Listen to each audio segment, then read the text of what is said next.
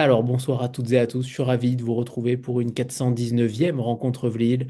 Et ce soir, c'est au tour de Peretz Markish, un auteur peut-être méconnu en France, on en parlera tout à l'heure, traduit par Batiabaum d'un côté pour Leta et autres poèmes. C'est un recueil de poésie. Et de l'autre côté, une génération passe, une génération vient. Et là, c'est traduit par Rachel Hertel, préfacé également par les deux traductrices à chaque fois. Et donc, ce soir, Pérez Marquis n'étant pas évidemment présent, on a la chance de recevoir les deux éditeurs qui mettent cet auteur-là sur le devant de la scène, en l'occurrence Anne-Sophie Dreyfus et Gilles Rosier des éditions de l'Antilope. Bonsoir à tous les deux. Bonsoir Bonsoir Anthony. Anthony, bonsoir à tout le monde. Alors, il y a des écrivains que l'histoire a voulu ensevelir deux fois. D'abord en les assassinant, ensuite en jetant l'oubli sur leur langue. Peretz Marquish appartient à cette confrérie des fusillés du verbe, ces poètes dont les mots furent jugés si dangereux qu'il fallut les éteindre dans le sang. Le 12 août 1952, dans les caves de la Loubianka, 13 voix se sont tues, 13 écrivains yiddish, communistes, fervents et poètes magnifiques, exécutés par le régime qu'ils avaient servi. Parmi eux, Peretz Markish, le flamboyant, l'insoumis, celui qui avait osé faire d'un tas de cadavres un nouveau Sinaï et demander des comptes à Dieu lui-même. Aujourd'hui, grâce au travail des obstinés des éditions de l'Antilope, qui vont arracher Pérez Marquiche au silence. Deux livres, Le Tas et Une génération passe, une génération vient, comme deux versants d'une même montagne, la fureur du poème face à l'horreur, la tendresse du roman pour un monde englouti, et entre Varsovie et Moscou, entre l'avant-garde et la tradition, entre l'insolence et la foi, Pérez Marquiche a tracé une œuvre incandescente que nous redécouvrons enfin en français, même si ce fut déjà le cas auparavant. Et ce soir, nous convoquons donc cette voix disparue, nous interrogeons ce qui la ressuscite et nous cherchons ce que le yiddish, langue de l'exil et de la mémoire, peut encore nous dire de nos propres naufrages. Alors, rebonsoir à tous les deux et j'aimerais que vous nous parliez finalement de votre découverte de cet auteur, de ce poète, de ce romancier. Comment vous est parvenu dans un premier temps? Peut-être que cela est arrivé il y a déjà quelques années, mais vous allez nous raconter cette histoire de cet auteur qui est totalement inconnu en France, ou en tout cas véritablement méconnu, comme je le disais tout à l'heure, et qui a un véritable passé, une véritable histoire et une certaine langue qui nous fait penser beaucoup à Sholem Aleichem. Alors, déjà, moi, je voudrais te remercier et te féliciter Oui. pour ton introduction qui était d'une magnifique, délicate, super, bravo, Mhm. et Et juste, qui rend son tribut à l'œuvre de Peretz Markish. Alors, en fait, ça remonte au siècle dernier, la découverte de Peretz Markish. chez Gilles d'abord, hein, parce que moi, c'est par Gilles que j'ai connu Pérez Marquez, donc c'est à toi d'intervenir. Donc ça remonte au siècle dernier, c'est-à-dire à la fin des années 1980, et il faut se figurer que, en fait, bon, si Peretz Markish, on parle de textes des années 1920-1930, donc depuis il y a un siècle, mais au moment où effectivement on l'a découvert, il n'y a pas autant de temps. Et il y avait encore des témoins. Il y avait son épouse, sa dernière épouse était encore vivante, puisqu'elle était beaucoup plus jeune que lui. Euh, j'ai fait connaissance à l'époque avec son fils aîné qui s'appelait Shimon Markish, qui habitait Genève dans les années 80. Et, euh, et en fait, ça s'est passé de la manière suivante. Moi, je me suis passionné pour la langue yiddish à partir de l'âge de 20 ans. Et je me suis retrouvé, je vous passe les débuts, mais dans le séminaire de littérature de Rachel Hertel. Et on va dire deux mots sur Rachel Hertel à l'université Paris 7. Et cette année-là, Rachel Hertel consacrait ses recherches et ses enseignements aux avant-gardes yiddish.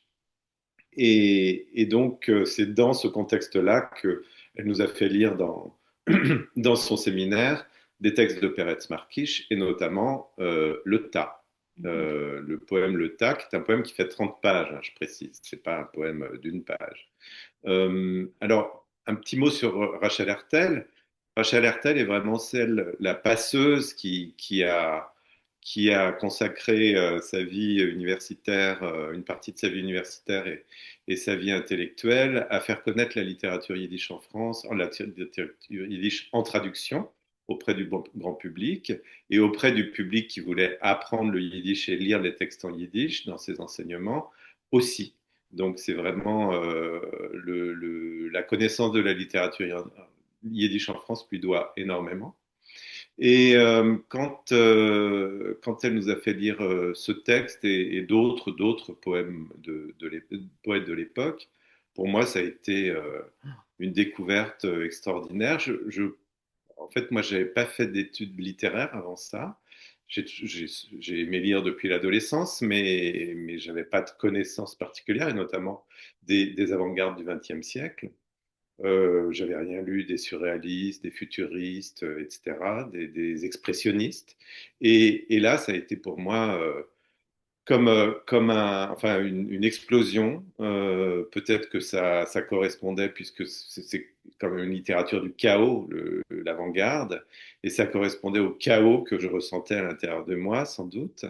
Et du coup, j'ai décidé enfin, c'est plutôt Rachel qui a décidé pour moi que je ferais mon DEA sur les avant-gardes. Et puis après, j'y ai consacré une thèse de littérature.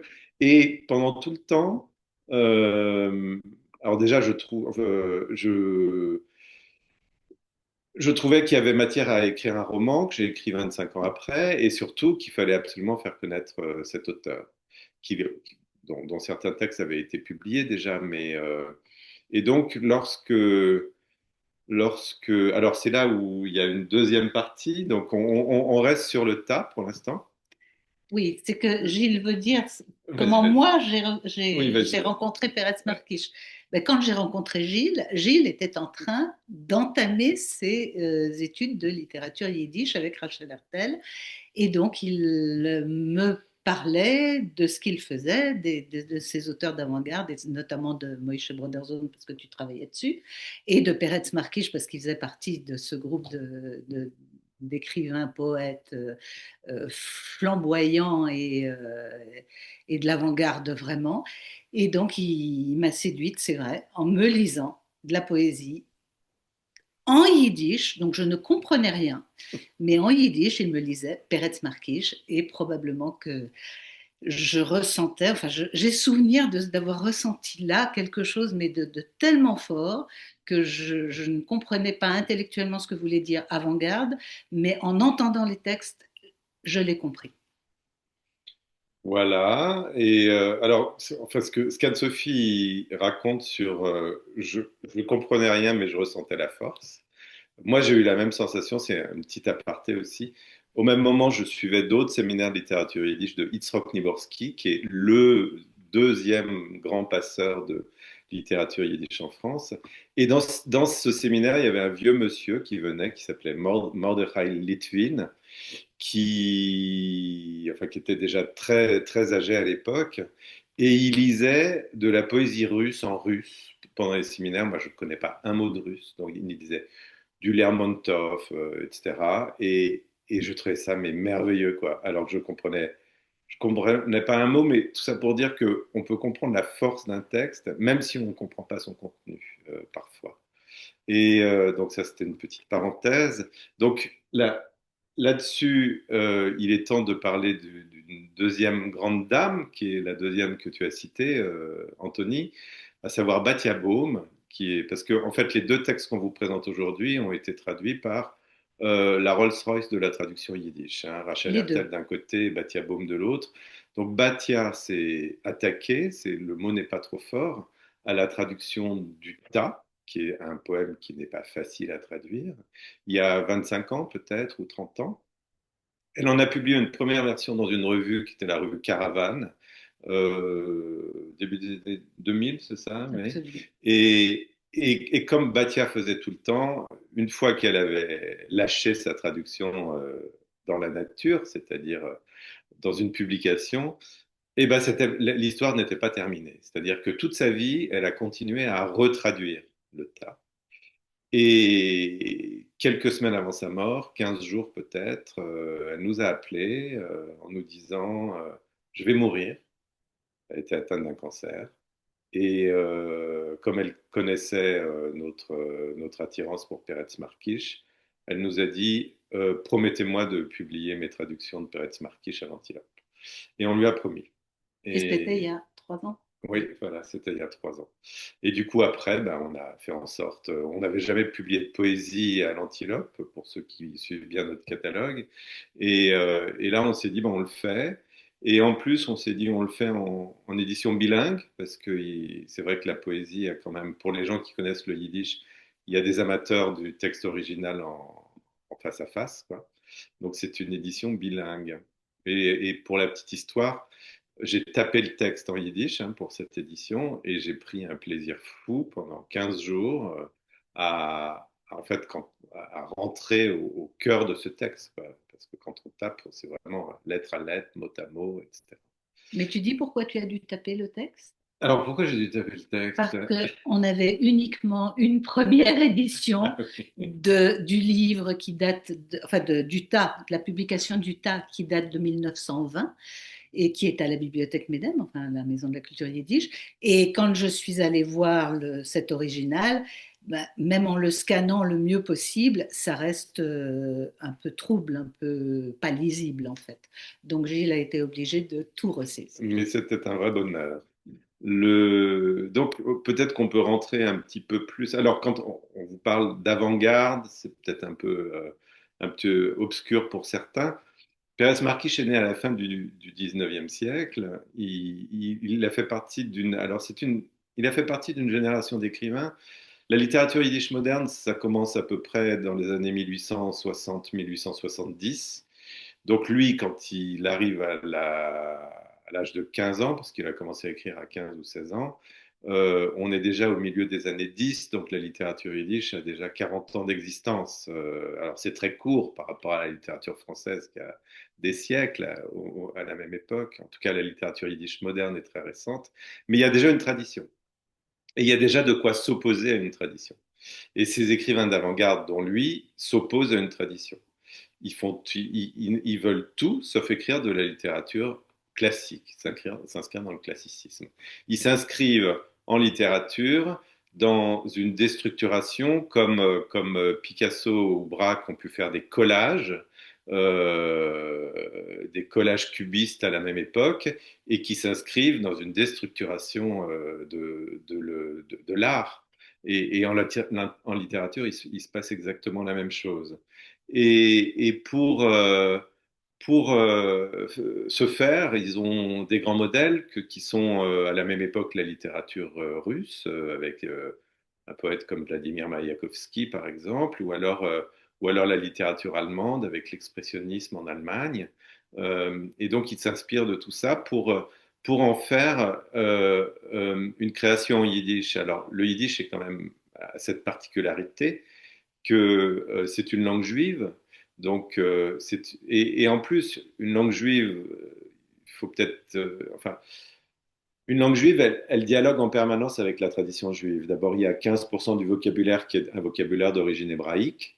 Et donc, un petit peu comme le français, en son temps, avait un dialogue assez direct avec le latin, qui était la langue de l'Église, eh bien, l'hébreu, pour les juifs, c'est la langue de la tradition religieuse.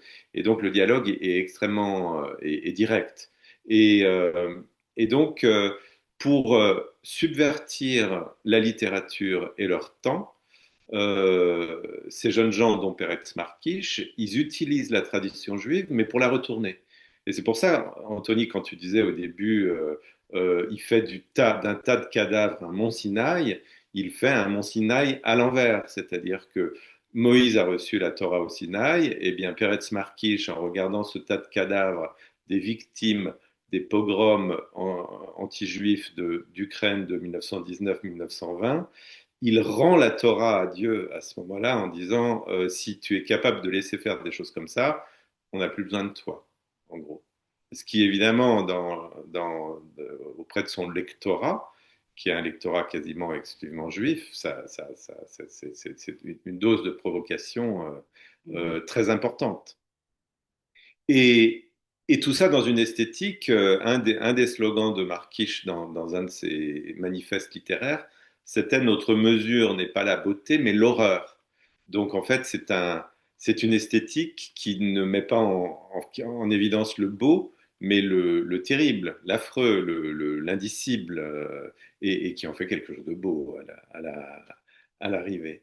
Donc peut-être on peut, plutôt que de gloser, on peut faire une petite lecture pour, pour, pour, euh, toute petite. pour voir ce que ça donne. Alors, moi, je ne le fais pas en yiddish. Non, Je lis l'exergue. Dans l'exergue, on précise quand même qu'en effet, le tas a été écrit à la suite d'un pogrom oui. qui a eu lieu à Goroditch Le lendemain de Yom Kippour. le lendemain de Yom Kippour. Pour vous, massacrés d'Ukraine, où de vos corps la terre est pleine, et pour vous, assassinés en tas, en la ville de Goroditch, sur le Dniepr, Kaddish. Tu veux le dire en yiddish? Oui, bien sûr. Noch euch, Harugim von Ukraine, wo voll mit euch die Erde is, und euch noch euch gestochene in Kuppe, in Horodischt der Stadt beim Dnieper, Kaddish. Voilà, c'est l'exergue. Tu veux que je lise Bien sûr. Alors, Gilles vous a dit que c'était un poème de 30 pages, donc en effet, c'est 30 pages, mais il est découpé en poèmes. Alors, en français, c'est le même mot. En yiddish, il y a un mot pour parler du long poème, et puis il y a un mot pour parler des poèmes courts. Le long poème s'appelle poème, mais un poème court, ça s'appelle un lied. Et donc là, je vous lis un lied, le premier d'ailleurs. Non, ne lèche pas, suif céleste, mes barbes engluées, de mes bouches ruissellent de brunes coulures de pois. Ô brune levure de sang et de sciure de bois, non, ne touche pas cette vomissure, haleine noire de la terre. Va-t'en, j'empeste, sur moi rampent les grenouilles. Tu cherches ici père et mère, tu cherches un ami, un frère. Ils sont là, mais d'eux s'exhale une puanteur délétère. Va-t'en, de leurs mains raidies, bronze tordu, ils s'épouillent. De la terre jusqu'aux cieux, un tas de linge souillé. Tiens, gratte à ta guise, vent fou, emporte ton butin. En face guette l'église, fouine sur son séant, devant le tas de volailles saignées. Ô cieux de Suif, étreignez-les, ces chemises de fête, et portez-les de longues années en toute félicité, tous autant que vous êtes. Le 11 Tishré 5681. Voilà, donc la date 11 Tishri 5680, c'est le lendemain de Yom Kippour de 1920. Alors vous voyez là, c'est le tas qui parle et qui dit allez-vous-en parce que j'en peste, etc. et qui décrit de quoi il est constitué, c'est-à-dire d'êtres humains, des pères, des mères, des frères, des amis entassés. Mais avec le regardant, il se retrouve face à l'Église. Donc déjà, il introduit un antagonisme, en fait, parce qu'évidemment, les gens qui ont tué ces juifs, c'était des voisins chrétiens. Donc il rentre dans le vif du sujet tout de suite. Et après, dans la suite du poème, en fait, le poème est constitué comme une prière de Yom Kippour. Et à un moment donné, dans l'office de Yom Kippour, il y a la confession, puisque Yom Kippour, c'est le moment, la dernière chance qu'on a dans l'année pour se faire pardonner ses péchés. Donc il y a une confession, qui s'appelle en hébreu le vidouille. Et en fait, tout le poème est constitué comme une prière de Yom Kippour, mais en même temps pour subvertir la religion et tout ce que la religion peut avoir de soumission.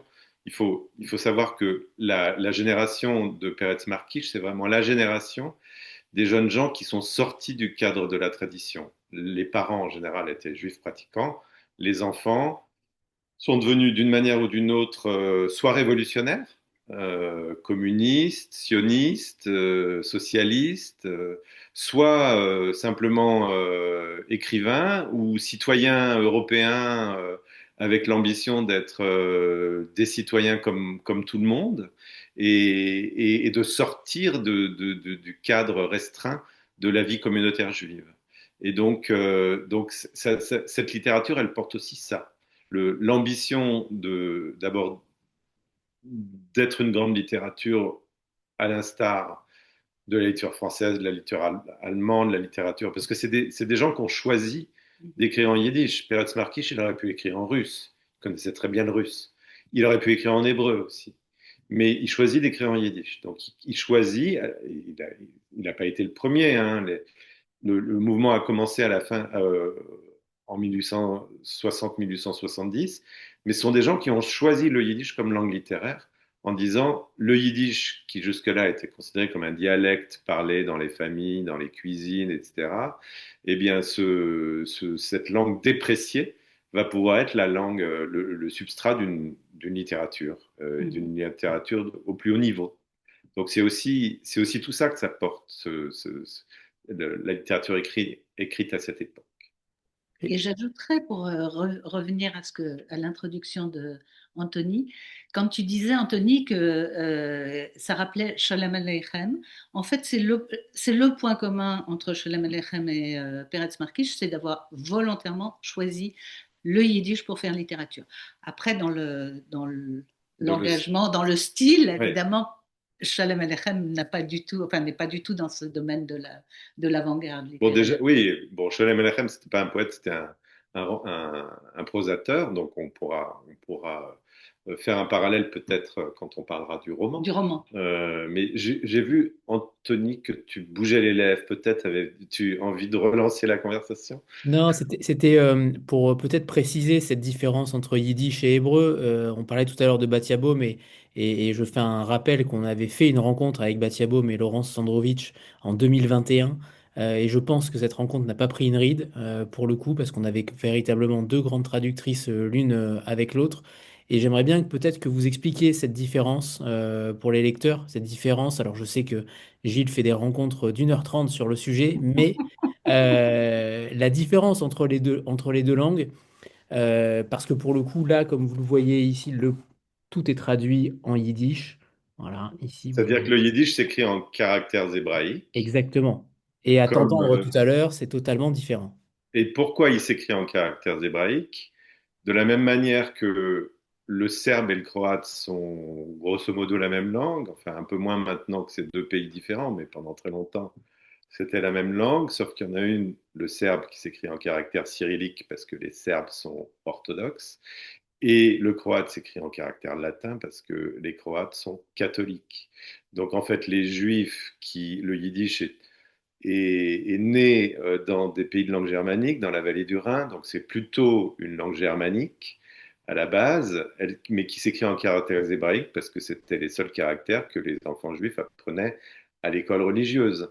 Voilà, c'est la raison pour laquelle ça s'écrit en caractères hébraïques. Mais à l'intérieur du yiddish, c'est à 85% une langue d'origine germanique, c'est-à-dire qu'un Allemand qui entend parler yiddish est capable de comprendre de quoi il s'agit, de la même façon que s'il entend parler suisse-allemand, il comprendra de quoi il s'agit. C'est un peu un dialecte germanique, le yiddish au départ. Avec 15% à peu près, ça dépend, les gens érudits en utilisent plus, mais de mots, d'expressions d'origine hébraïque. Anne-Sophie, tu voulais dire quelque chose? Oui, je voulais dire, et d'origine slave aussi, et Et d'origine d'origine slave. en fonction de là où on allait. Mais ce que je voulais dire, c'est que c'est vrai que le fait que ça s'écrive, que le yiddish s'écrive en caractères hébraïques, pour nous qui vivons dans un monde écrit en caractères latins, on ne peut pas imaginer que deux langues soient si différentes. Or, l'hébreu n'a rien à voir, à part ses caractères, et n'a rien à voir avec le yiddish. Et quand je dis ça, euh, je peux même pas comparer le français et l'italien, parce que le français et l'italien, ça s'écrit en caractère latin, mais on peut se comprendre. Il y a beaucoup de points communs. En yiddish et en hébreu, à part les quelques mots de l'hébreu qui sont entrés dans le yiddish, mais la Et encore, grammaire est qui de encore nos jours ne se prononce pas de la même qui manière. ne se prononce pas de la même manière, absolument. Donc c'est vraiment deux langues différentes avec deux temporalités différentes. C'est-à-dire que l'hébreu a été, bon, c'est la langue de la Torah déjà, de l'Ancien Testament, mais pendant 2000 ans a été une langue qui n'était plus parlée à partir de la diaspora des Juifs qui sont partis de Palestine en 70 après Jésus-Christ, et qui est redevenue une langue à la fin du 19e siècle, au début du 20e siècle, grâce au mouvement sioniste qui est redevenu une langue vivante. Le yiddish, sa temporalité est complètement différente. Elle est née il y a 1000 ans et elle a été vraiment la langue d'expression orale des Juifs d'Europe pendant 1000 ans. Et du fait de la Seconde Guerre mondiale et des atrocités, c'est une langue qui a été très en déclin à partir de ce moment-là. Mais là où elles se rejoignent dans la période moderne, c'est qu'à partir de 1860, il y a eu un double mouvement, mais c'est un mouvement qui a été commun aussi aux Polonais, aux Roumains, aux Tchèques, aux Serbo-Croates, c'est-à-dire toutes les petites identités nationales d'Europe centrale, à un moment donné, ont voulu faire émerger leur langue comme langue de littérature, enfin, ou en tout cas la développer. Eh bien, le yiddish, ça a été la même chose, et l'hébreu, qui n'était pas une langue parlée, mais qui était quand même une langue culturellement et symboliquement importante pour les Juifs, a connu aussi un regain à partir de 1860. Et en général par les mêmes auteurs au début. Le premier qui a écrit un roman moderne en yiddish a aussi écrit un roman moderne en hébreu. Et puis à partir du début du XXe C'est siècle, qui? Mendelem Sforim. À partir Un pseudonyme. un pseudonyme. À partir du début du XXe siècle, les deux littératures ont commencé à se séparer. D'un côté, parce que eh bien, la communauté juive de Palestine a commencé à avoir des écoles en hébreu, etc., etc. Donc les enfants en Palestine ont fini, on ne leur a plus transmis le yiddish. Et de l'autre côté, en diaspora, parce que à partir de 1910-1920, il y a plus une suprématie de l'enseignement religieux. Il a commencé à y avoir des écoles laïques en yiddish dans lesquelles l'hébreu n'était plus transmis aux enfants. Donc à partir de 1920-1930, les juifs de diaspora et les juifs d'Israël commençaient à ne plus pouvoir se comprendre. Alors, on a oublié de dire d'ailleurs tout à l'heure, on a parlé de 22, enfin, le tas est séparé en 22 parties, en 22 poèmes, notamment pour faire écho aux 22 lettres de l'alphabet hébraïque. De l'alphabet hébraïque, tout à fait, Absolument. oui. Mm. Donc, il y a quand même des ponts, mine de rien. Ah oui, bien sûr. Non, mais alors, quand je disais que le yiddish avait un accès direct à la tradition juive et à la langue hébraïque, c'est-à-dire que dans un texte en yiddish, que ce soit une poésie ou un roman, tout à coup, vous pouvez avoir la citation d'un verset biblique, mais en hébreu, quoi. De la même façon que si dans un texte en français, vous mettez, enfin peut-être un peu moins maintenant, mais il y a 50 ans, si vous mettiez et lux perpetua lucea teis, eh bien tout le monde comprenait, parce que tout le monde allait à l'église et entendait du latin à l'église. Et Euh, maintenant, on dirait, et là, elle cuisine at home. Maintenant, c'est dans les facultés de droit qu'on entend parler Ah, latin. c'est ça. À la limite. Oui, c'est vrai. Non. Et donc effectivement, le yiddish a un accès direct à l'hébreu au texte fondateur qu'est la Torah, etc. Alors peut-être qu'il est temps de passer à la prose maintenant. Alors, j'ai peut-être juste une dernière question par rapport au blasphème, parce que clairement, ce poème a fait scandale, notamment par son audace, par le fait qu'il y a une grosse charge blasphématoire. Justement, j'aimerais savoir quelle a été la réception finalement en 1921 dans les cercles littéraires yiddish, ou peut-être de manière plus générale, mais qu'est-ce que ça dit en 1921 d'être aussi blasphématoire pour un écrivain?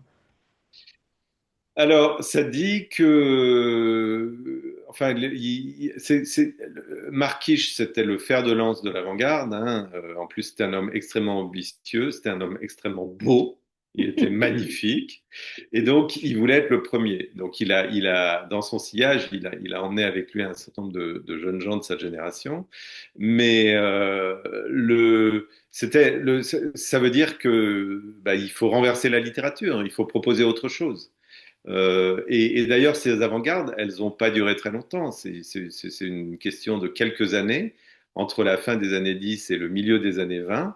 Et puis après, finalement, la plupart retournent à des choses un petit peu plus traditionnelles, disons, un peu moins. Parce que malgré tout, les avant-gardes, elles n'ont concerné qu'un public relativement restreint. Alors là, c'est à la fin de sa vie et moins beau. Mais, Ah bah, quand même. mais pas mal, ouais. Mais Donc oui, bah, au début des années 20, en plus, un des coups d'éclat qu'ils ont fait, enfin, lui et ses acolytes à Varsovie en 1921, c'est qu'ils ont organisé une séance pour la publication d'une revue qui s'appelait Haliastre, qui n'était que une revue d'avant-garde. Ils ont organisé ça dans un théâtre un samedi matin, Shabbat, donc juste en face de la grande synagogue de Varsovie. Donc, c'était la provocation allait à son comble, quoi. Et d'ailleurs, le grand critique littéraire de l'époque qui critiquait dans un grand journal yiddish de Varsovie, qui s'appelait Hillel Zeitlin, qui lui-même était, à l'époque, on pouvait être juif très orthodoxe et passionné de littérature, donc c'était son cas. C'est moins le cas à l'heure actuelle. A publié 5 critiques, 5 Shabbats de suite, enfin dans le supplément du week-end, donc le supplément du Shabbat de ce journal, pour dire combien y a un article, voilà, là on voit quand même qu'il était pas mal. Hein. Un article qui dit l'esthétique pervertie et les commerçants de l'art, par exemple, et puis les autres du même tabac, 5 articles, 5 semaines de suite. Donc pour dire qu'il s'inscrivait vraiment, enfin il trouvait scandaleux ce qui était en train d'arriver, mais en même temps il ne le prenait pas à la légère, parce que sinon on n'écrit pas 5 articles sur des gens qui ne représentent rien du tout. Donc il avait bien compris qu'ils étaient en train d'apporter une forme de révolution. Et dans ton introduction, tu parlais de la fin funeste de Markish et d'autres écrivains yiddish du Nord soviétique en disant que ça avait été des communistes convaincus.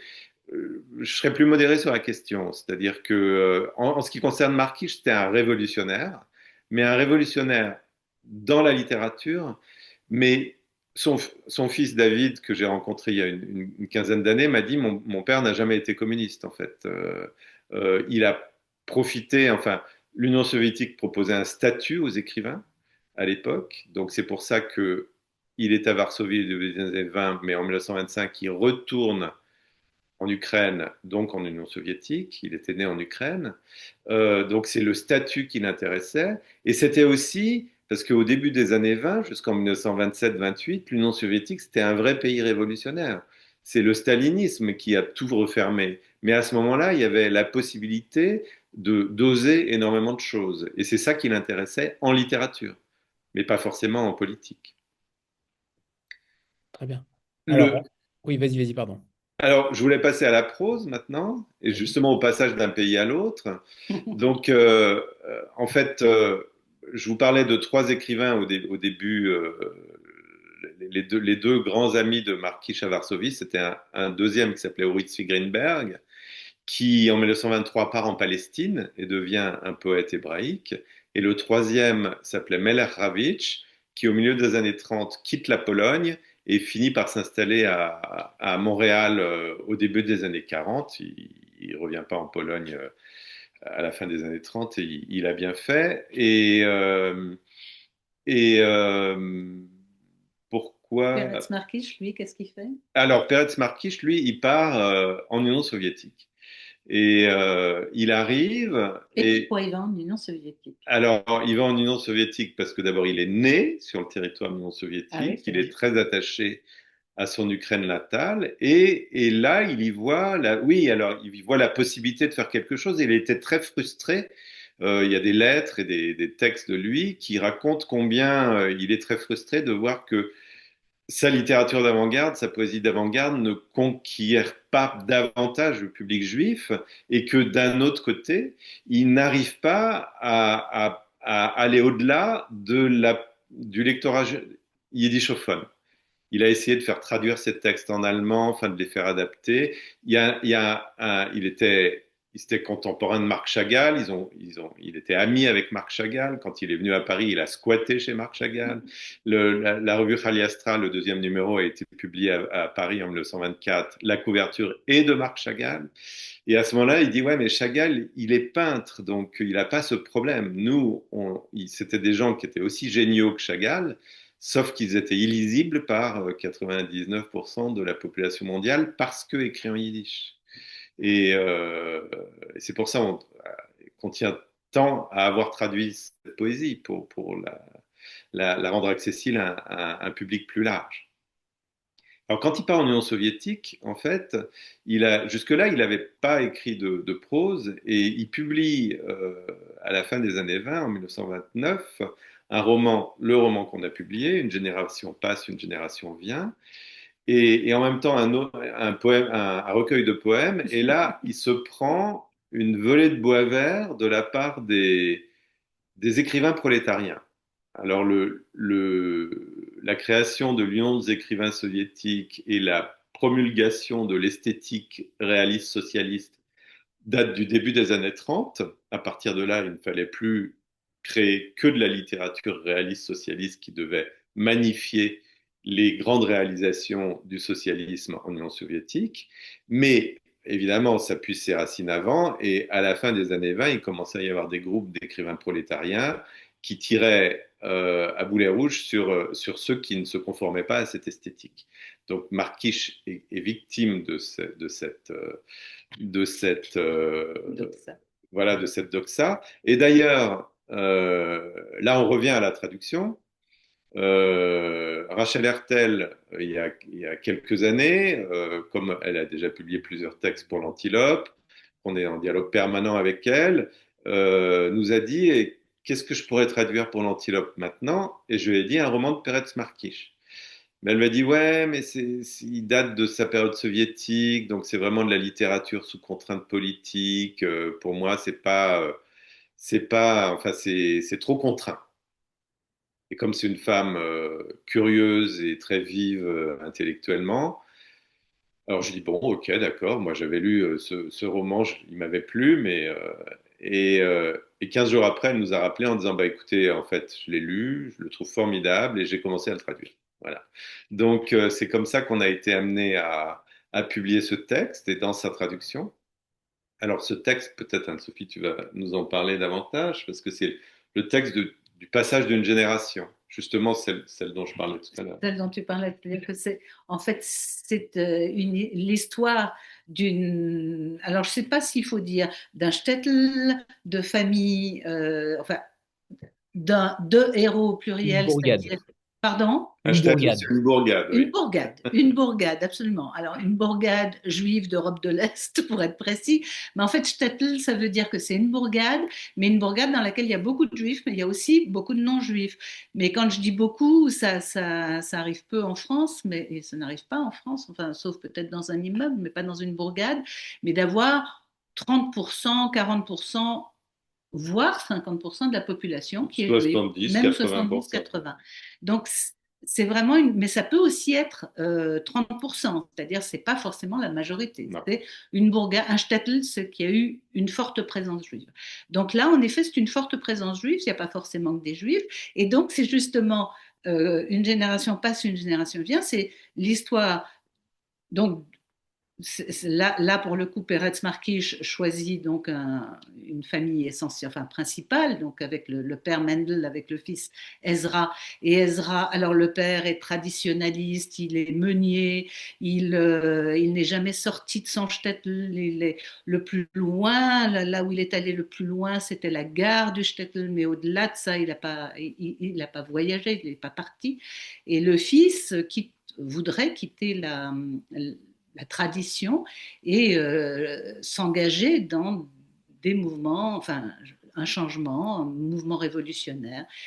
Et au lieu de le faire comprendre comme ça, parce que moi je vous l'explique, mais 100 ans plus tard et avec tout le recul de l'histoire qu'on connaît, des horreurs, des choses merveilleuses, enfin de tout, là, Peretz Markish n'est pas du tout dans le jugement et en revanche, il est dans nous faire saisir tout ce qui se passe autour et ça veut dire que dans les années 20-30, on est à la fois dans la guerre, enfin non, c'est même avant les années 20-30, puisqu'on est dans Ça la guerre, commence avant avant la Première Guerre mondiale. On est à la fois dans la guerre, à la fois dans les pogroms, à la fois dans les changements idéologiques d'engagement. On est aussi dans la tradition, y compris dans ce shtetl chez les juifs, mais y compris chez les non-juifs. Et c'est tout ça qu'il nous fait revivre. Et il nous entraîne dans ces différents choix de ou la révolution ou la tradition. Et il peut raconter des choses qui sont absolument saisissantes de réalisme quand c'est un pogrom et en même temps donc hyper bouleversant quand on le lit et en même temps pas dans un jugement et enfin, pas dans un jugement, c'est-à-dire que c'est aujourd'hui où on est concrètement confronté à des situations pénibles et difficiles et qu'on est incapable d'en parler de façon directe, et ben moi je ressens dans Une génération passe, une génération vient que Peretz Markish était là dans cette situation où il y avait des choses épouvantables et des choses magnifiques d'engagement ou de réalité, enfin de réalité et d'engagement, et qu'il nous fait passer ça à travers ce fils Ezra, ce papa Mendel, ce village, d'autres personnages qui sont euh, bons, mauvais, mais avec lesquels on partage des horreurs et des choses magnifiques. Donc c'était un grand roman d'une période de bouleversement. Ça commence peut-être en 1913, ça se termine en 1918-19. On n'est pas, on n'est pas sûr que ce soit que la guerre est finie, hein, la fin. Oui, mais en tout cas, effectivement, une période de bouleversement où toutes les forces s'affrontent et qui va gagner dans l'histoire. Enfin, Y compris et entre les générations. entre les générations, le passage des parents aux enfants. Et il y a un deuxième couple dans ce roman alors, Mendel, c'est un meunier assez modeste. Le deuxième couple, le père, il est plutôt homme d'affaires. Enfin, Il a une tannerie, voilà, il est il assez, est très riche. aisé. Et son fils est très arriviste, en fait. Donc, on a d'un côté un fils qui est plutôt révolutionnaire et de l'autre, celui qui va vouloir se placer. Et d'ailleurs, à un moment donné, il va finir ministre des Affaires juives du gouvernement transitoire d'Ukraine. Et je ne peux m'empêcher, en lisant le roman, de me dire que Peretz Markish a très fort pensé à quelqu'un qu'il devait connaître, qui, quoi qu'il arrive, avait besoin d'être sur la photo, quoi. Le... Jack Et... Lang, je crois. quelque chose comme ça. Et donc, et C'est donc, vrai, c'est vrai.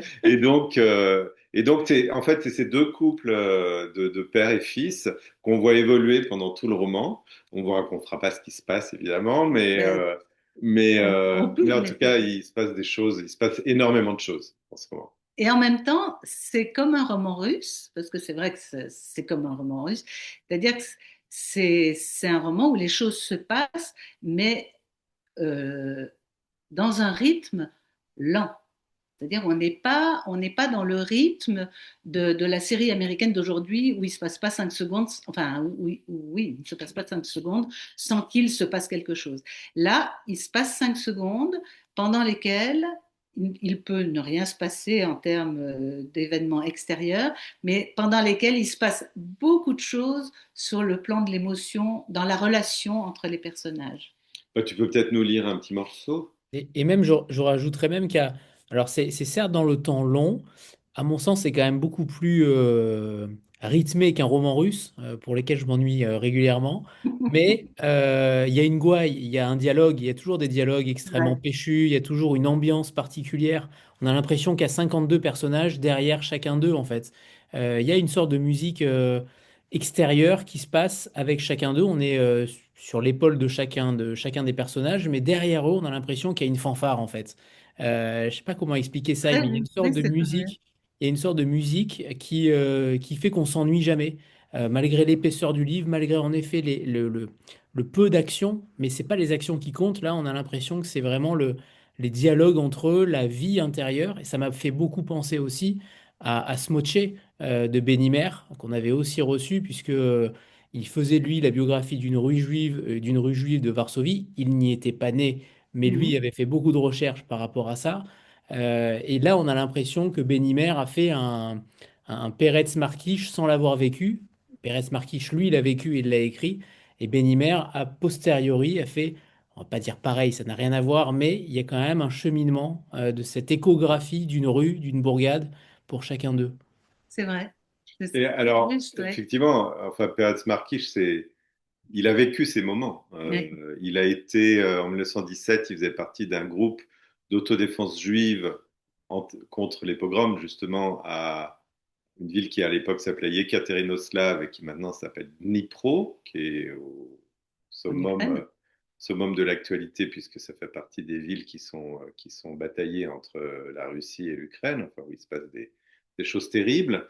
Et il s'y passait déjà des choses terribles à l'époque, il a pris les armes pour pouvoir protéger la population juive en 1917. Donc il sait de quoi il parle quand il écrit ce roman. C'est vrai, c'est Et vrai. dès la préface, on voit l'immensité des pogroms à travers les âges. Ça commence déjà dès le XVIIe siècle et ça continue, ça se perpétue continuellement dans la préface de Rachel Hertel qui est saisissante aussi. Parce Mhm. que les pogroms d'Ukraine de 1919, c'est 100 000 victimes, quelque chose comme ça. Enfin, c'est monstrueux, hein. C'est vraiment pas de la gnognotte, quoi. Et bien trop peu médiatisé d'ailleurs. Ouais. Alors, je vais quand même lire le premier chapitre, en fait, enfin, la première page, les deux premières pages, parce que tu parlais de dialogue, et c'est vrai qu'il y a là quelque chose, justement, du dialogue entre le père et le fils. Pour ce qui est de l'origine des hommes, Mendel, le meunier, a sa propre conception. Il croit que Dieu a créé l'homme à son image, comme le croyaient son père, son grand-père et son arrière-grand-père. Et ce que dit son fils instruit, que l'homme descend du singe, cela ne l'empêche pas de le faire venir dans sa chambre le vendredi soir après le repas de fête, de remonter sa chemise au-dessus de sa tête et de le taquiner avec un sourire ironique. Je ne sais pas, mon fils, quelles sont les mœurs des singes, mais toi, tu vas frotter le dos de ton père avec du vinaigre pour marquer le Shabbat et observer ainsi le commandement de Dieu d'honorer père et mère. Voilà. C'était comme cela que se conduisait Mendel. Chaque semaine, un demi-verre d'huile de ricin et le massage du dos avec du vinaigre. Ce n'était pas parce qu'il souffrait de l'estomac ou des vertèbres, c'était comme ça, par amour de l'ordre et de la bonne tenue. Et lorsqu'Ezra, son fils savant, appliqué et souriant, lui frottait le dos avec du vinaigre, le meunier, comblé par ce massage qui lui réchauffait les os, se tournait et l'encourageait. Frotte, frotte, Ezra. Tu dis qu'il descend du singe. Ne te ménage pas, mon fils. Là, sur le côté, voilà. Bien. Tu en as une belle conception du monde. Là, plus bas, sur les reins, Ezra. Selon toi, le premier Adam, ne frotte pas si fort, était un singe. Que dis-tu, mon Aristote? Un singe?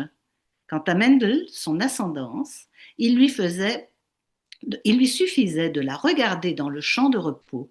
Il y voyait une longue liste de générations qui remontait de son shtetl, sa bourgade, jusqu'au royaume de David.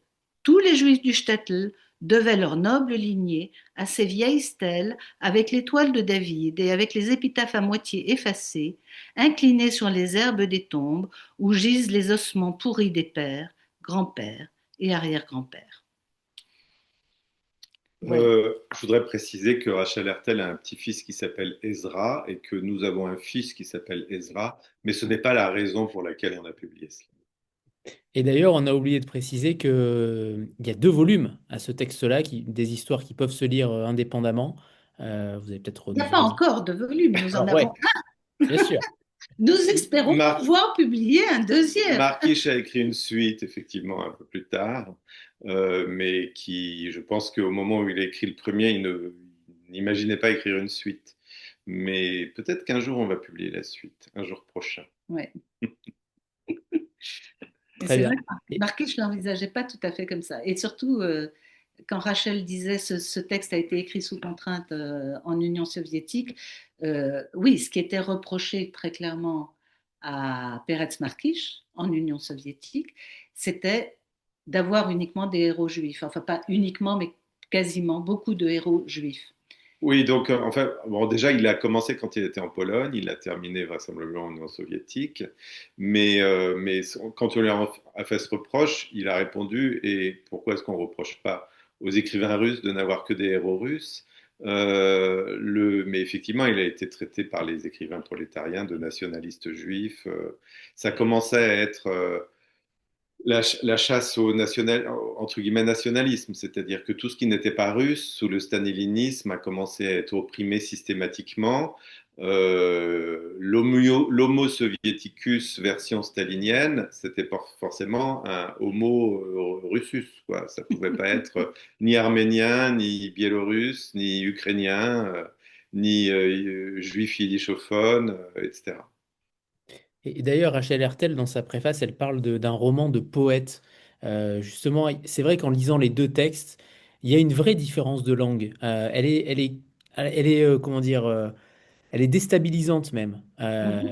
Comment vous expliquez justement la différence entre de la poésie qui est extrêmement brute et en même temps extrêmement éclairante et en même temps très métaphorique avec beaucoup de néologismes et de l'autre côté un roman tout en délicatesse, en étirement. On a l'impression que le roman il est mouvant. Moi, j'ai été déstabilisé par ça. Je me suis demandé la différence d'écriture, comment il a réussi à changer son écriture finalement entre les deux textes. Est-ce que ça vous a aussi sauté aux yeux? Est-ce que vous avez pensé à ça? Est-ce que vous avez mis en lien peut-être aussi Batia Böhm et Rachel Hertel? Je ne sais pas. Mais comment ça s'est passé? La différence entre les deux textes est frappante. Alors, déjà, écrire de la prose avec les outils de la littérature d'avant-garde, je suis pas sûr que ça ferait un grand roman, quoi. Enfin, sur la longueur, on a du mal à tenir.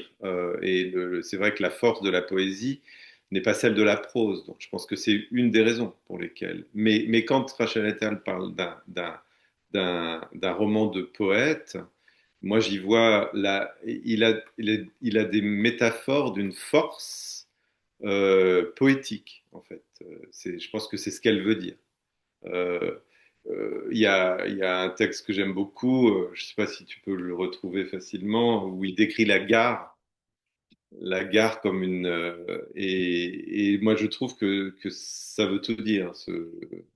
C'est-à-dire que enfin quand Rachel dit c'est un roman de poète, oui, c'est un roman de poète dans la mesure où justement il est capable de personnaliser aussi les éléments de la nature. La route, la gare, enfin tout, ça devient des personnages, quoi. Est-ce que tu le retrouves, Anne-Sophie, Je suis pas ce sûre que je vais le passage? retrouver En tout cas, facilement. il décrit la gare comme pour montrer à quel point ce shtetl est oublié sur la carte de l'Europe. Décrit la gare comme justement une petite valise oubliée au bord du chemin. Et ça, je trouve ça magnifique, quoi. Et tout de suite, on a l'image de cette gare. Bon, je ne sais pas de quoi elle est constituée, mais en tout cas que plus personne ne calcule, quoi. Et où les trains s'arrêtent très rarement. Tiens, vas-y. Je lis juste ce à quoi Gilles fait référence. Toute timide, une petite gare au bord de la route, comme une petite valise en carton marron qu'un train aurait dans sa course laissé tomber et que personne ne réclame. Parfois, un cocher attardé passe son visage effarouché par la porte, assène un coup de fouet sur la tige poussiéreuse de sa botte, espérant réveiller un voyageur assoupi, mais personne ne se présente. Il retire la moitié du visage qu'il avait passé par la porte et s'en va en crachant de sa bouche un vieux juron oublié. On ne sait contre qui. Voilà. Je Merci. pense que c'est Merci, ce Anne. qu'on appelle un roman de poète, quoi. Et justement, après sa réhabilitation dans les années 50-60, euh, comment son œuvre elle a vécu justement entre 1955 et maintenant? Qu'est-ce qui s'est passé finalement dans les maisons d'édition? Est-ce qu'il a été publié dans d'autres pays? Est-ce qu'il a été réhabilité ailleurs? Comment vous avez aussi vu les choses? Alors, en ce qui concerne la Russie, je suis incapable de répondre parce que je connais pas du tout le domaine russe. En ce qui concerne le reste du monde, on peut en parler. Alors déjà, dans la littérature yiddish, en fait, Peretz Markish est reconnu comme poète, beaucoup moins comme romancier. Une génération passe, une génération vient a été republié en Pologne dans les années 50, effectivement, dans la maison d'édition d'État en yiddish. Mais en fait, moi, quand j'ai commencé mes études de yiddish, Peretz Markish, c'était le poète, quoi. C'était pas le romancier. Et c'est pour ça, quand je l'ai lu, je me suis dit, mais pourquoi est-ce qu'il a été aussi laissé de côté? Je n'ai pas souvenir, dans la presse yiddish, j'ai pas mal étrié la presse yiddish pour mes recherches. On republiait des grands romans comme Les Frères Ashkenazi de Israël Joshua Singer, La famille Karnowski d'Israël Joshua Singer, tout ça dans les, les journaux quotidiens en Les yiddish, hein, feuilletons. dans le supplément. Enfin, tous les jours, il y avait, comme à la grande, comme au 19e siècle en France, il y avait des romans qui étaient publiés en l'espace de 3 mois dans la presse. J'ai jamais vu un roman de Peretz Markish. Et pourtant, c'était à disposition de tout le monde. Donc, en fait, il a vraiment été. Les universitaires s'en sont saisis après, à juste raison. L'avant-garde yiddish était quelque chose d'assez, entre guillemets, sexy pour les universitaires. Donc il y a eu énormément de recherches sur sa poésie d'avant-garde, mais sa prose, en fait, elle a été extrêmement négligée. Donc, alors, il y a eu une édition en hébreu de Une génération passe, une génération vient, mais il faut dire la chose suivante, c'est que euh, donc lui, il est assassiné en 1952. Il laisse à Moscou une femme qui avait 20 ans de moins que lui et deux jeunes enfants qui ont eu une traversée du désert en tant que famille de réprouvés au début et qui après, dans les années 50-60, n'ont pas eu la vie très drôle. Et en 1972, ils ont bénéficié de la première libération, entre guillemets, des Juifs du non-soviétique et ils ont pu partir. Ils se sont installés. La mère, Esther Markish, avec le plus jeune des fils, David, sont installés en Israël. Et Shimon, Simon, qui était déjà adulte, je pense, enfin qui était déjà universitaire, s'est installé à Genève, où elle a passé le restant de sa vie. Il est mort maintenant. Et donc, en fait, en Israël, Esther Markish, elle s'est attachée à republier en hébreu l'œuvre de son mari, à faire traduire l'œuvre de son mari. Donc, c'est aussi pour ça que ça a été bien traduit en hébreu. Et ça a été un petit peu traduit en anglais, mais pas tant que ça. Et voilà. Donc, en fait, c'est une œuvre qui reste encore largement à découvrir dans le monde entier. Et alors moi, je voudrais juste ajouter, puisque tu parles d'Esther Markish, donc Esther a eu donc des enfants Elle a avec eu deux deux fils, fils, oui. et que l'un des fils en question, David, David, David a eu deux fils. David, il est toujours vivant. il est toujours Il a vivant. 86 ans et il vit à Tel Aviv. Et Simone, je ne sais pas. Simon, il est mort il y Il est a mort. 15-20 ans. Et David a deux fils, et deux fils qui, dont l'un vit à Tel Aviv et l'autre à Lisbonne, et qui ont environ 45, entre 40 et 50 ans, et que nous avons eu l'honneur de rencontrer il y a 15 jours, que nous ne connaissions pas, et eux venaient de découvrir qu'on publiait Peretz Markish.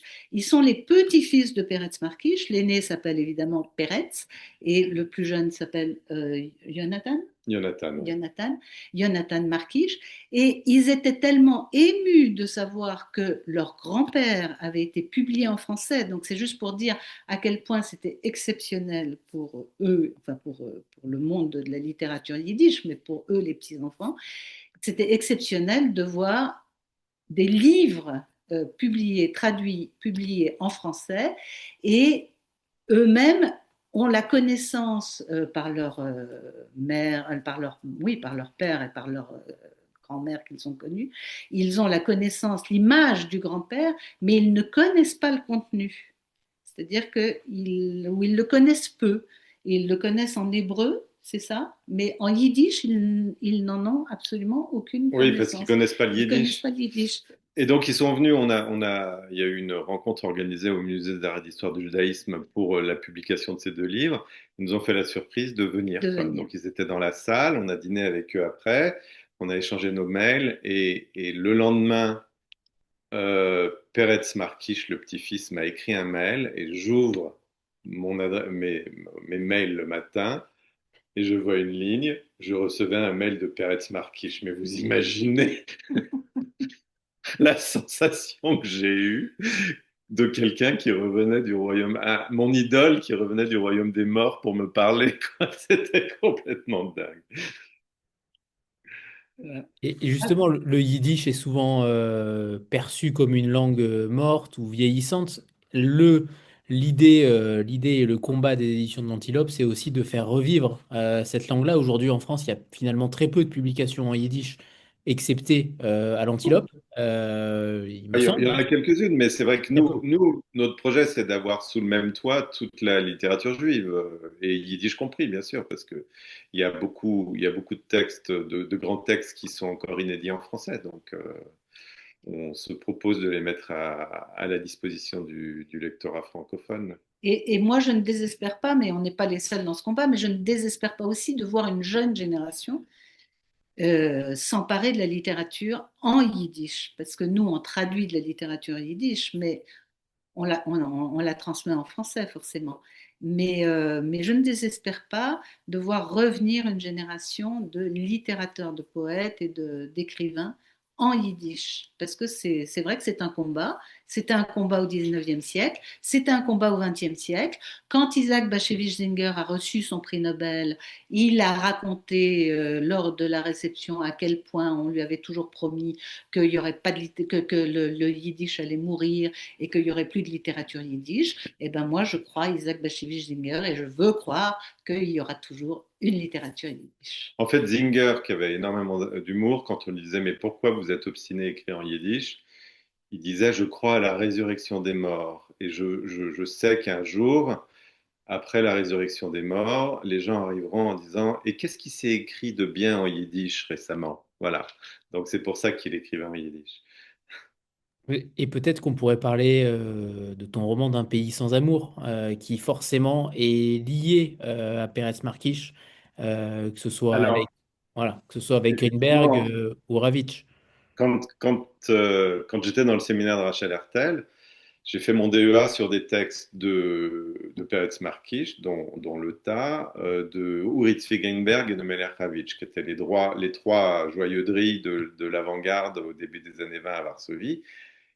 Et quand j'ai vu ces jeunes gens fougueux et tout ce qu'ils avaient pu faire et le reste de leur vie, parce que l'un en Palestine, le deuxième en Union soviétique et le troisième en Amérique du Nord, je me suis dit, mais ça ferait un roman formidable, quoi. Alors, je sais pas si mon roman est formidable, mais en tout cas, j'ai eu Il... l'intention. Et, Non, non, là, je et te suis maintenant. ça a été une traversée. Voilà, vous avez les trois, Markish au milieu, à gauche Greenberg et à droite Ravitch. Ça a été pour moi une traversée extraordinaire d'écrire ce livre parce que c'était une manière de mettre dans un roman tout ce que les 20 ans, les 30 ans que j'avais passé à me baigner dans la culture yiddish avec tellement de bonheur et à découvrir des choses formidables, même si parfois elles sont dramatiques, mais elles restent formidables. Et donc, c'est vraiment un roman pour moi qui tient une place importante dans mes œuvres. Et tu dis juste que ça raconte un tout petit peu plus précisément. Oui, je pense. Alors, ça raconte plus précisément, pardon, c'est l'histoire d'un jeune homme qui ressemble furieusement à celui que j'étais quand j'avais 25 ans, qui découvre la langue yiddish, la littérature yiddish, et qui, de fil en aiguille, rentre en contact avec une très vieille dame qui vit dans un palais à Rome et qui est la fille d'un écrivain et photographe yiddish de Varsovie, contemporain de Markish, Greenberg et Ravitch. Et il lui dit, racontez-moi la vie quotidienne, racontez-moi ce qu'on mangeait, ce qu'on achetait au marché, racontez-moi les rencontres littéraires auxquelles participaient votre père et ses amis, etc. Et la vieille dame lui dit, mais comment est-ce que je peux vous raconter quand on n'a pas vécu cette époque, cette Atlantide qui a sombré au moment de la Seconde Guerre mondiale, on ne peut pas la transmettre. Et plus elle dit, mais moi je ne vais jamais pouvoir vous la transmettre, plus elle raconte en fait. Et voilà, donc elle transmet à ce jeune homme dont elle a perçu qu'il allait être l'interlocuteur privilégié. Au début, je voulais l'appeler Palais de mémoire, et pour des raisons éditoriales, ça n'a pas été possible. Et elle vit dans un palais, et au dernier étage de son palais, elle a reconstitué la bibliothèque yiddish de son père. Donc voilà, elle est enfermée dans ce palais et c'est à ce jeune homme qu'elle transmet les gens sur les genoux desquels elle sautait quand elle était petite enfant à Varsovie. D'ailleurs, par rapport aux traductions de Rachel Hertel et Batia Böhm, quel regard tu as, notamment Gilles, par rapport aux traductions? On se pose souvent la question finalement d'un éditeur. Est-ce qu'un éditeur repasse derrière un traducteur, une traductrice? Est-ce qu'il y a des corrections ensuite qui sont refaites par rapport à cela? Alors, Batiamum, c'était un petit peu particulier parce que comme on a édité les textes alors qu'elle était déjà morte, le dialogue, parce que en fait, quand tu dis un éditeur repasse, Anne-Sophie pourra vous en parler plus facilement parce que c'est elle l'éditrice à l'Antilope. C'est un dialogue entre l'éditrice et en l'occurrence la traductrice. De la même façon que c'est un dialogue entre l'auteur et l'éditeur, il y a un dialogue entre enfin, l'auteur et l'éditrice, entre la traductrice et l'éditeur, oui. Mais alors, il y a deux types Anthony, quand tu parles de correction, il y a deux types de correction, c'est-à-dire on ne revient pas sur les choix de traduction d'une traductrice. Ça, clairement, euh, dans l'esprit, on ne revient pas dessus. En revanche, le travail éditorial, ben, bien sûr, c'est de suggérer soit des améliorations parce que grammaticalement, ben, la grammaire d'une langue ne correspond pas à la grammaire de l'autre, parce que le yiddish, comme l'hébreu, comme l'anglais, supporte très bien les répétitions et les surrépétitions et les trois répétitions dans une même phrase. En français, c'est impossible. Les lecteurs s'arrêtent après deux phrases. Donc, adapter une traduction, l'esprit d'une traduction à une langue, à savoir le français, ben c'est le rôle de l'éditeur de dire attention, on peut coller au texte ou ne pas trop coller au texte, mais attention, il faut aussi respecter la langue française et les lectrices et les lecteurs français.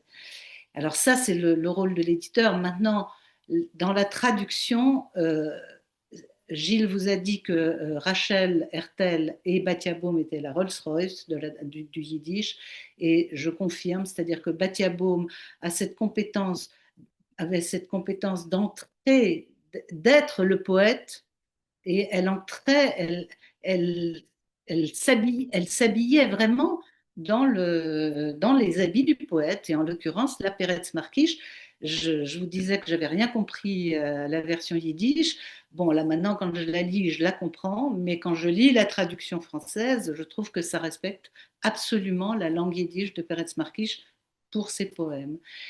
Quant à Rachel Hertel, alors Rachel Hertel, c'est encore autre chose. Elle rentre, elle, dans le texte immédiatement. Alors, c'est pas dans les habits de l'auteur, c'est dans l'esprit de l'auteur. Alors, elle est dedans.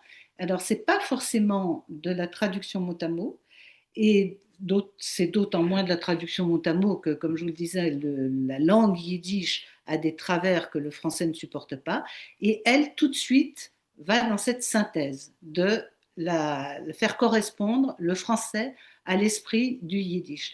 Et en ce qui concerne la fiction, c'est probablement, enfin je ne sais pas si on peut dire plus facile, en tout cas, disons que les grammaires de langue l'autorisent peut-être plus facilement, mais avec Rachel, il y a cette chose incroyable, c'est que quand on lit le texte en yiddish et on lit après en français, on se dit, ah ouais, c'est exactement ce qu'a voulu dire l'auteur, mais quand on prend le mot à mot, on se dit, ah ben non, c'est pas mot à mot, mais dans l'esprit, c'est exactement ce que voulait dire l'auteur. C'est le tiercé dans le désordre, disons. C'est-à-dire que, bon, évidemment, le travail d'un éditeur est là. Bon, Anne-Sophie, et, elle m'a demandé de revoir certains passages parce qu'il y avait des passages de traduction qui n'étaient pas très clairs pour elle.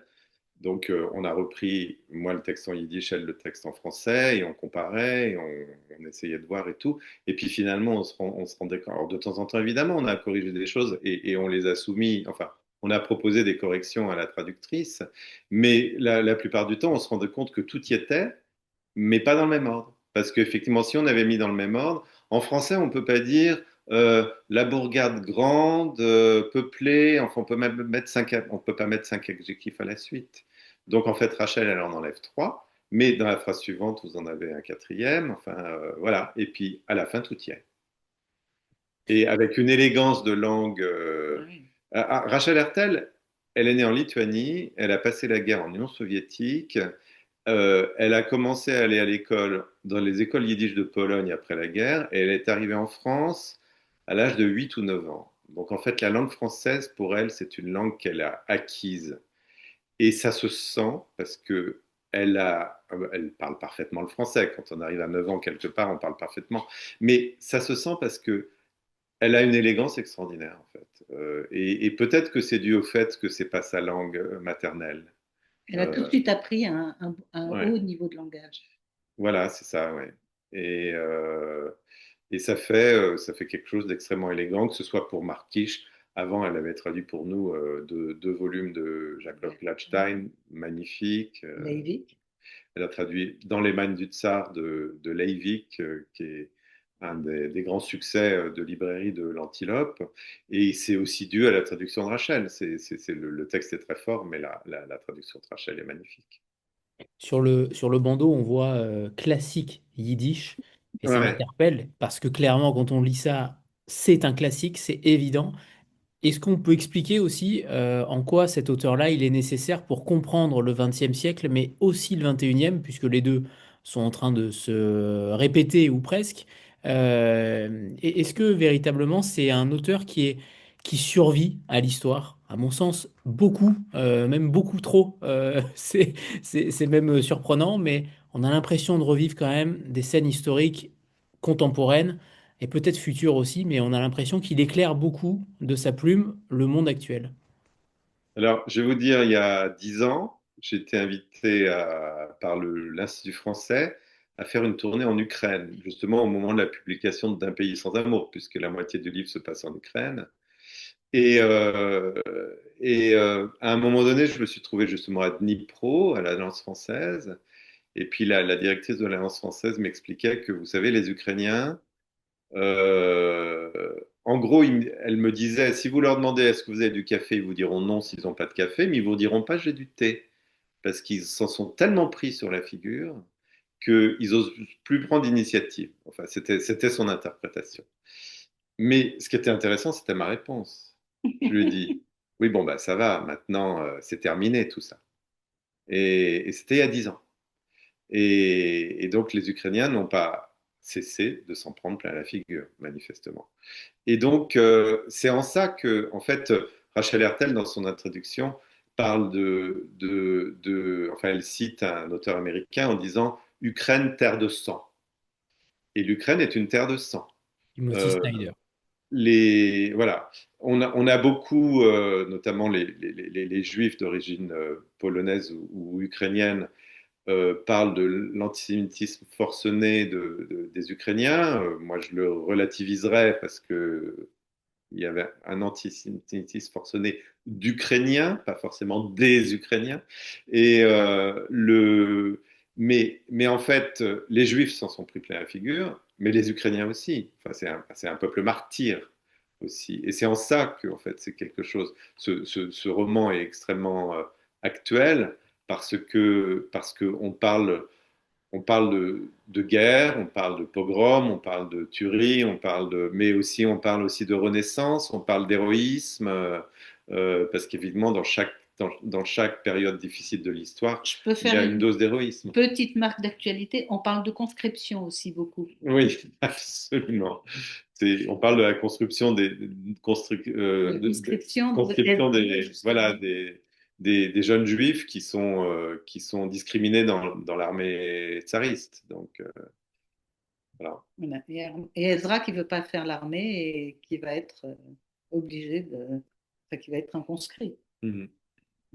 Voilà, donc Qu'est-ce- je suis d'accord avec toi, Anthony, il y a beaucoup de choses qu'on retrouve aujourd'hui, mais on est à un moment de l'histoire qui, en effet, est, est grave, enfin, je dirais grave. Je ne sais pas si c'est aussi, moins, plus que le moment de l'histoire où Pérez Marqués écrivait, mais en effet, on est à un autre moment grave de l'histoire. Mais c'est un roman actuel, comme Guerre et Paix, et peut être lu à toutes les époques, quoi. Ça parle d'humanité. Ne fais pas peur au lecteur avec Guerre épée, Gilles. Non, non, non, non. C'est Quand tu passes mieux les que cercles Guerre d'adresse, épée. tout va bien. Ouais. Est-ce qu'on peut parler de l'ensemble de l'œuvre de Marquiche? Qu'est-ce qui va se passer potentiellement pour l'Antilope avec Marquiche? Est-ce que l'aventure va continuer? Est-ce qu'on peut en parler ou pas d'ailleurs? Est-ce que C'est des choses qui peuvent rester secrètes ou Ah ben pas. non, non, non, on peut en parler parce que nous, en fait, on a des préoccupations qui sont très littéraires et très formidables, mais on a aussi des préoccupations concrètes, pratiques et financières. Voilà, donc en effet, oui, bien sûr, on aimerait bien poursuivre, on dirait pour un auteur vivant, suivre l'auteur, donc poursuivre avec la littérature de Peretz Markish. Après, Peretz Markish, ce sont toujours des ouvrages importants, c'est-à-dire lourds en termes de prix à la traduction, enfin de ce que coûte une traduction. Et donc, il faut qu'on réunisse un petit peu le moyen de le faire et de le faire faire. Et Rachel Hertel serait absolument volontaire, hein, d'après ce que En je fait, comprends. pour tout vous dire, Rachel Hertel n'a pas attendu qu'on lui signe un Oui, c'est contrat ça. Elle pour a traduire dit. la suite. Voilà. Donc, on va bien être obligé de le publier, mais on ne sait pas. Ça dépendra de, effectivement, il faut qu'on réunisse un petit peu d'argent pour le faire. Sinon, dans l'œuvre de Peretz Markish, il y a encore, il y a plein d'autres choses magnifiques. Alors, il y a des choses qui sont assez difficiles à publier parce qu'il y a une épopée qui s'appelle La Marche des générations qui a été publiée au moment de la Seconde Guerre mondiale en vers qui doit faire 800 pages. Donc ça, je ne sais pas si on va s'attacher à ça. En revanche, il y a un autre roman, un autre grand roman qui se passe pendant la Seconde Guerre mondiale, qui commence dans le ghetto de Varsovie et qui, bah, peut-être qu'un jour on le publiera parce que c'est aussi c'est une période charnière et passionnante de l'histoire. Et c'est l'œil d'un écrivain soviétique sur cette époque, ce qui n'est pas inintéressant non plus. On peut critiquer le fait que c'est écrit en Union soviétique. Moi, je suis assez... moi, j'ai été élevé, bon, je suis né dans les années 60, j'ai été élevé avec la peur de l'Union soviétique. Je me souviens la première fois, quand j'ai commencé à faire du yiddish, il y avait une grande revue yiddish qui était publiée à Tel Aviv, mais il y avait une des seules revues littéraires encore publiées à l'époque, à la fin des années 80. Elle était publiée à Moscou. Elle s'appelait Sowjetisch Heimland. Et on pouvait l'acheter à la librairie du Globe, qui était la librairie officielle de la Russie soviétique à Paris. Euh, et j'y étais allé pour acheter, et puis la libraire me dit, mais si vous voulez, vous pouvez vous abonner, comme ça on prend votre abonnement et vous le recevrez à domicile. Je suis parti en disant, ah ben non, je vais être fiché par le KGB, etc. Enfin, c'était ça l'ambiance de l'époque. On s'imaginait que derrière chaque quelqu'un qui avait un accent russe, il y avait un agent du KGB, quoi. Et vraiment, moi, j'ai été élevé dans l'angoisse du bloc de l'Est, quoi, en disant que c'était des affreux, des tout ce qu'on veut, etc. Ils n'avaient pas choisi le même chemin que le capitalisme. Il y a eu de la dictature à l'Est, mais d'un point de vue artistique et littéraire, il y a aussi des très belles choses. Et donc, surtout de la part d'une personnalité comme Peretz Markish, parce que lui a été assassiné en 1952 après un procès où il y avait une vingtaine d'accusés. Il a été un des rares à ne pas plaider coupable. Les autres ont plaidé coupable. Donc, pour vous dire la personnalité que c'était. Quand il écrivait de la littérature, il restait le plus imperméable possible à la doxa nationale et idéologique. Donc, son roman sur le ghetto de Varsovie, bon, il se débrouille pour que ça passe la censure, pour qu'il y ait quelques personnages communistes positifs, mais c'est pas, ça sert pas la soupe du régime pour autant. Eh bien, voici donc ce que font les éditeurs de l'Antilope. Ils tendent des cordes entre les morts et les vivants, ils créent des passerelles entre les langues oubliées et les oreilles contemporaines. Peretz Markish n'est plus, le monde des shtetl ukrainiens n'est plus, les fusillés de 1952 ne reviendront pas, mais leurs mots demeurent, têtus, vibrants, nécessaires. Dans le tas résonne encore cette colère sacrée contre l'injustice divine et humaine. Dans une génération passe, circule encore le souffle d'une humanité fragile et obstinée. Ce que nous avons entendu ce soir n'est pas un exercice de mémoire pieuse, c'est un acte de résistance littéraire. Publier Peretz Markish aujourd'hui, c'est refuser que les bourreaux aient le dernier mot. C'est affirmer que la beauté d'une langue méprisée vaut tous les empires. C'est rappeler que les poètes assassinés continuent de nous regarder, exigeants, fraternels, nous demandent ce que nous faisons de l'héritage qu'ils nous ont légué dans leur sang. L'Antilope ne ressuscite pas seulement un écrivain, il maintient ouvert un passage vers ce qui nous constitue, la conscience que toute civilisation est fragile, que toute langue peut mourir, que toute vie peut être broyée par l'histoire, mais aussi cette certitude lumineuse, tant qu'il y aura des lecteurs pour ouvrir ces livres, des traducteurs pour faire passer les mots d'une rive à l'autre, des éditeurs pour croire en la nécessité de ces voix minoritaires, alors quelque chose résiste, quelque chose tient, et Pérez Marquiche, depuis la nuit où on l'a fusillé, peut enfin sourire. Sa parole traverse encore les frontières, intacte, irréductible et vivante. Merci, Anne-Sophie et Gilles. Merci Merci beaucoup, Anthony. bravo, bravo. Bravo, vraiment merci. Et on remonte les deux textes, une génération passe, une génération vient, et Ah ouais, Lota et autres poèmes. ah ouais, mais vraiment merci, bravo, hein. Merci. Merci beaucoup, bravo. Merci à Ah, toi. merci, merci à tous, à toutes. Au revoir. Bonne soirée, à bientôt. Au revoir tout le Merci monde. Anthony Au Merci encore. à revoir. tous. Au revoir. Au revoir.